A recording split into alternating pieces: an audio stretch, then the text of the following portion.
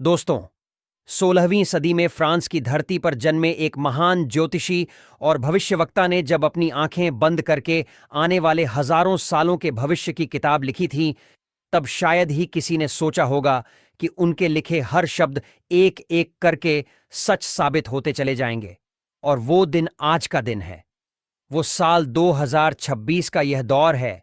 जब नास्त्रेदम्मस की वो भयावह भविष्यवाणियां धरातल पर साकार होती दिख रही हैं, जिन्हें पढ़कर सदियों से दुनिया के विद्वान सिर हिलाते रहे।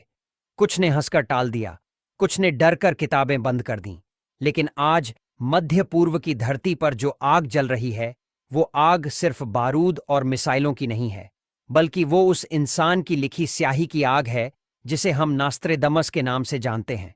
नास्त्रेदमस ने अपनी विश्व प्रसिद्ध पुस्तक ले प्रोफेसी में स्पष्ट रूप से लिखा था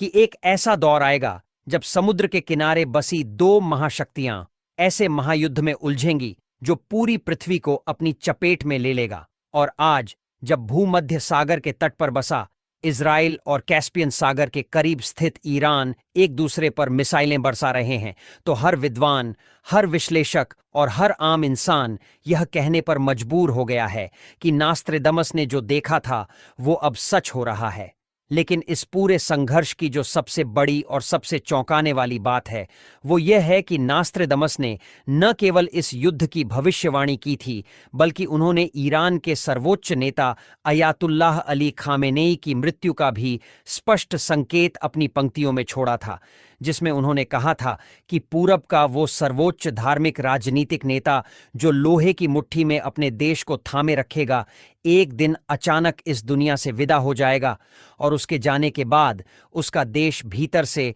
और बाहर से दोनों तरफ से युद्ध की लपटों में घिर जाएगा। और आज यही हो रहा है, क्योंकि खामेनेई की मौत के बाद ईरान में जो राजनीतिक अस्थिरता आई, उसने देश को और कमजोर कर दिया और इजराइल अमेरिका गठजोड़ ने उसी कमजोरी का फायदा उठाकर ईरान की तेल रिफाइनरियों, ईंधन डिपो और अल्बोर्ज की औद्योगिक इकाइयों को निशाना बनाया। 17 मार्च की काली रात को तेहरान के लोग जब गहरी नींद में थे,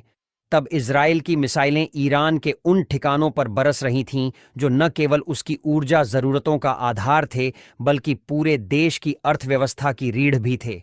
और जब अगले दिन सुबह लोगों ने आंखें खोलीं, तो आसमान में सूरज तो था, लेकिन उसकी रोशनी गायब थी।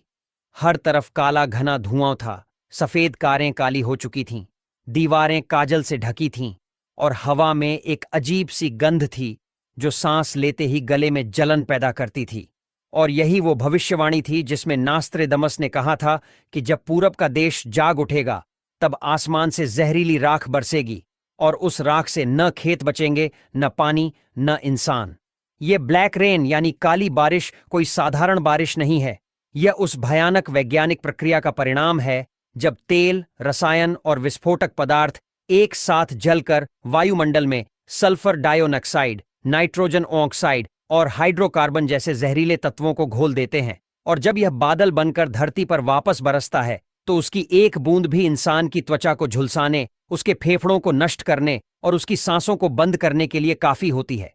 ठीक वैसे ही जैसा हिरोशिमा और नागासाकी में परमाणु बम के बाद हुआ था, जब वहां दशकों तक बच्चे अपाहिज और विकृत पैदा होते रहे थे।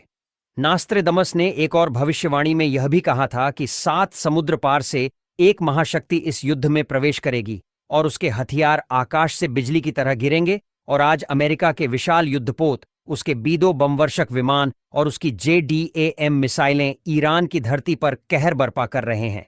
यह संयोग नहीं, बल्कि उसी भविष्यवाणी का शाब्दिक और व्यावहारिक साकारीकरण है जो नास्त्रेदमस ने 500 साल पहले कागज पर उतारी थी।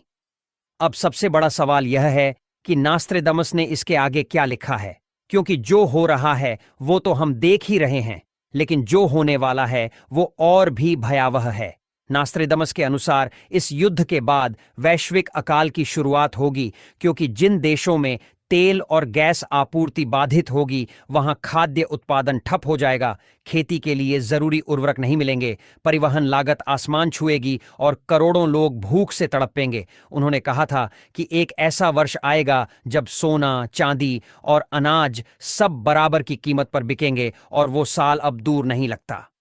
इसके अलावा नास्त्रेदमस ने यह भी संकेत दिया था कि इस महायुद्ध में एक तीसरा देश भी सीधे उतरेगा, जो अभी तक परोक्ष रूप से दोनों पक्षों को हथियार और सहायता दे रहा है।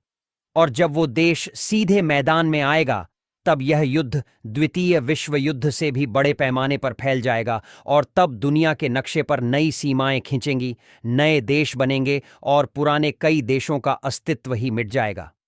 दोस्तों, नास्त्रेदमस की इन भविष्यवाणियों को पढ़कर रोंगटे खड़े हो जाते हैं, इसलिए नहीं कि वे डरावनी हैं, बल्कि इसलिए कि वे आज के अखबार की सुर्खियों जैसी लग रही हैं। और यही वो बात है जो नास्त्रेदमस को बाकी सभी भविष्यवक्ताओं से अलग और अद्वितीय बनाती है कि उनकी लिखी हर पंक्ति समय के साथ और ज्यादा प्रासंगिक होती जाती है। और आज जब ईरान का आसमान काला है, तेहरान की सड़कें सूनी हैं, इजराइल और अमेरिका के बम ईरान की धरती को खाक कर रहे हैं, तब हमें यह समझना बेहद जरूरी है कि इस युद्ध का अंत क्या होगा। और नास्त्रेदमस का जवाब है कि जब तक इंसान अपनी लालच और सत्ता की भूख को नहीं छोड़ेगा, तब तक यह आग बुझेगी नहीं और दुनिया जलती रहेगी।